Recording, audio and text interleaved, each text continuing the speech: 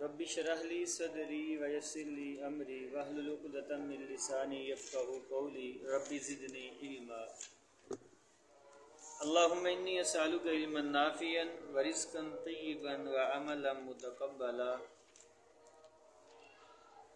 ہم نے جرح تعدیل کے حوالہ سے کچھ باتیں پڑھی تھی، آج ہم پڑھیں گے انشاءاللہ تحمل الحدیث، یعنی تحمل الحدیث، حدیث کو اپنے بیان کرنے والے استاد یا شیخ سے لینا، اس کی کتنی شرائط ہیں اور تحمل الحدیث کی کتنی اقسام ہیں، یہ انشاءاللہ ہم ساری پڑھتے ہیں۔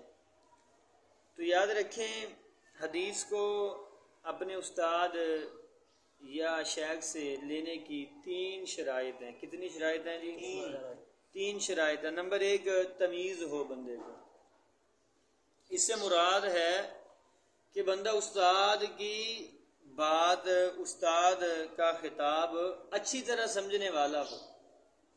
جو استاد بات بیان کر رہا ہے، بندے کو اس بات کی اچھی طرح کیا ہو، سمجھ آ سکے۔ عمومی طور پر نا یہ جو تمیز ہے، یہ 7 سال کی عمر میں حاصل ہو جاتی ہے۔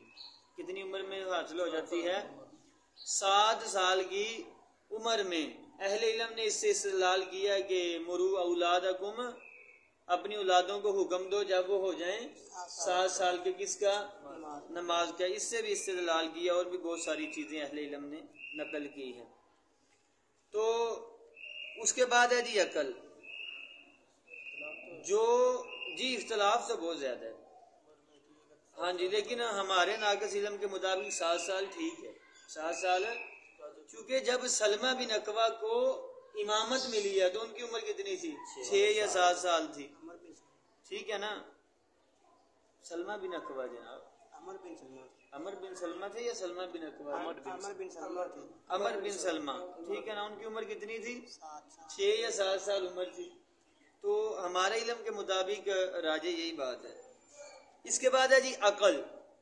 مجنون بندہ یا جس کی عقل خراب ہو جائے، اس بندے کی حدیث قبول نہیں کی جائے گی۔ ایک بندہ وہ عقلی اعتبار سے اس کو اپنا آپ ہی نہیں پتا میں کون ہوں، اور اس کی عقل خراب ہو گئی ہے، بگڑ گئی ہے، تو ایسے بندے سے روایت قبول نہیں کی جائے گی۔ نمبر 3 جی موانے سے سلامتی۔ موانے سے سلامتی، نیند کے غلبہ یا ایسی مشغولیت کی وجہ سے حدیث قبول نہیں ہوگی جس سے بندے کی فکر منتشر ہو جائے۔ وہ نیند کا غلبہ ہو یا اس کے علاوہ کلاس میں کوئی ایسی مصروفیت ہو جائے جس وجہ سے بندے کی عقل ہی منتشر ہو جائے، عقل میں بات سمجھ ہی نہ آئے۔ یعنی استاد سے جب حدیث سننی ہے تو بیدار مغز ہو کے سننی ہے۔ استاد سے حدیث 3 طریقے ہی ہے نا۔ نمبر 1، بندے کو تمیز ہو سمجھنے کی۔ نمبر 2، عقل ہو بندے کے پاس۔ نمبر 3، موانے سے سلامتی ہو۔ اگر بندہ کلاس میں بیٹھا ہے تو اس کی مصروفیت اس قدر ہے، مشغولیت ہے، کہ وہ بندہ جو ہے اس کی جو فکر ہے سننے کی وہ منتشر ہو گئی ہے، تو ایسے بندے سے روایت نہیں لی جائے گی۔ ایسے بندے سے روایت نہیں لی جائے گی۔ کوئی بندہ بتا سکتا ہے جی میں نے کتنی چیزیں بیان کی ہیں؟ جی بتائیں۔ پہلے تحمل الحدیث کی اقسام وہ بیان کرنے، حدیث کو اپنے استاد سے سننے کے 3 طریقے ہیں۔ جی پہلا، تمیز ہونی چاہیے، استاد کو بات کرتے وقت یعنی خاموشی سے اور کچھ بات وغیرہ نہ کرے۔ اور دوسرا، عقل، مجنون بندہ یا جس کی عقل درست نہ ہو۔ جی ٹھیک ہے، اب ہم پڑھیں گے انشاءاللہ تحمل الحدیث کی اقسام۔ تحمل الحدیث کی اقسام۔ نمبر 1 ہے جی سب سے پہلے السماع من لفظ الشیخ۔ السماع من لفظ الشیخ، حدیث استاد کے منہ سے سننا۔ استاد بیان کر رہا ہے، آپ کا استاد ہے، وہ حدیث بیان کر رہا ہے، آپ نے استاد کے منہ سے روایت کو سنا۔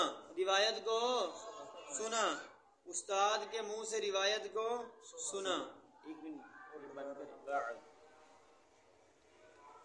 رب اشرح لي صدري ويسر لي امري واحلل عقدة من لساني يفقهوا قولي رب زدني علما اللهم اني اسالك علما نافعا ورزقا طيبا وعملا متقبلا۔ ہم نے جرح تعدیل کے حوالہ سے کچھ باتیں پڑھی تھی.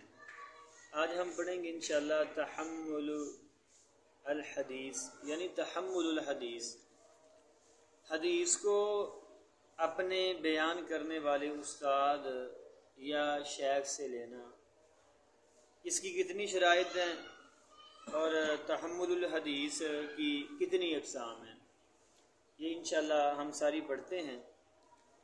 تو یاد رکھیں حدیث کو اپنے استاد یا شیخ سے لینے کی 3 شرائط ہیں. کتنی شرائط ہیں جی؟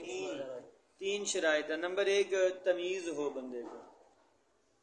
اس سے مراد ہے کہ بندہ استاد کی بات، استاد کا خطاب اچھی طرح سمجھنے والا ہو. جو استاد بات بیان کر رہا ہے بندے کو اس بات کی اچھی طرح کیا ہو، سمجھ آ سکے. عمومی طور پر نا یہ جو تمیز ہے یہ 7 سال کی عمر میں حاصل ہو جاتی ہے. کتنی عمر میں حاصل ہو جاتی ہے؟ 7 سال کی عمر میں. اہل علم نے اس سے استدلال کیا کہ مرو اولادکم، اپنی اولادوں کو حکم دو جب وہ ہو جائیں 7 سال کے، کس کا؟ نماز کا. اس سے بھی استدلال کیا اور بھی بہت ساری چیزیں اہل علم نے نقل کی ہیں. تو اس کے بعد ہے جی عقل، جو جی اختلاف تو بہت زیادہ ہے. ہاں جی، لیکن ہمارے ناقص علم کے مطابق 7 سال ٹھیک ہے.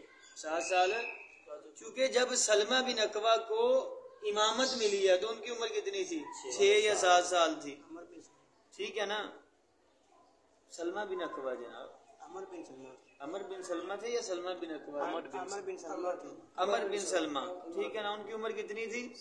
6 یا 7 سال عمر تھی. تو ہمارے علم کے مطابق راجح یہی بات ہے. اس کے بعد ہے جی عقل. مجنون بندہ یا جس کی عقل خراب ہو جائے اس بندے کی حدیث قبول نہیں کی جائے گی.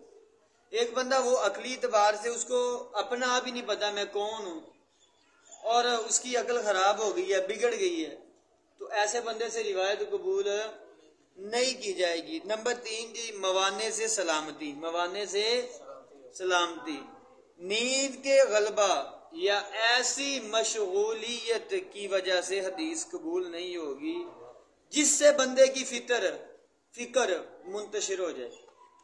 وہ نیند کا غلبہ ہو یا اس کے علاوہ کلاس میں کوئی ایسی مصروفیت ہو جائے جس وجہ سے بندے کی عقل ہی منتشر ہو جائے، عقل میں بات سمجھ ہی نہ آئے. یعنی استاد سے جب حدیث سننی ہے تو بیدار مغز ہو کے سننی ہے. استاد سے حدیث 3 طریقے ہی ہے نا. نمبر 1 بندے کو تمیز ہو سمجھنے کی. نمبر 2 عقل ہو بندے کے پاس. نمبر 3 موانے سے سلامتی ہو.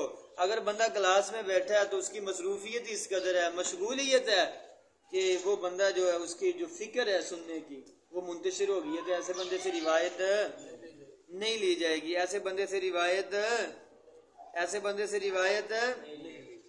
نہیں لی جائے گی. کوئی بندہ بتا سکتا ہے جی میں نے کتنی چیزیں بیان کی ہیں؟ جی بتائیں. پہلے تحمل الحدیث کی اقسام وہ بیان کرنے حدیث کو اپنے استاد سے سننے کے 3 طریقے ہیں. جی پہلا تمیز ہونی چاہیے، استاد کو بات کرتے وقت یعنی خاموشی سے اور کچھ بات وغیرہ نہ کرے. اور دوسرا عقل مجنون بندہ یا جس کی عقل درست نہ ہو. جی ٹھیک ہے. اب ہم پڑھیں گے انشاءاللہ تحمل الحدیث کی اقسام. تحمل الحدیث کی اقسام. نمبر 1 ہے جی سب سے پہلے السماع من لفظ الشیخ. السماع من لفظ الشیخ، حدیث استاد کے منہ سے سننا. استاد بیان کر رہا ہے، آپ کا استاد ہے، وہ حدیث بیان کر رہا ہے، آپ نے استاد کے منہ سے روایت کو سنا. استاد کے منہ سے روایت کو سنا. ایک منٹ بند کریں.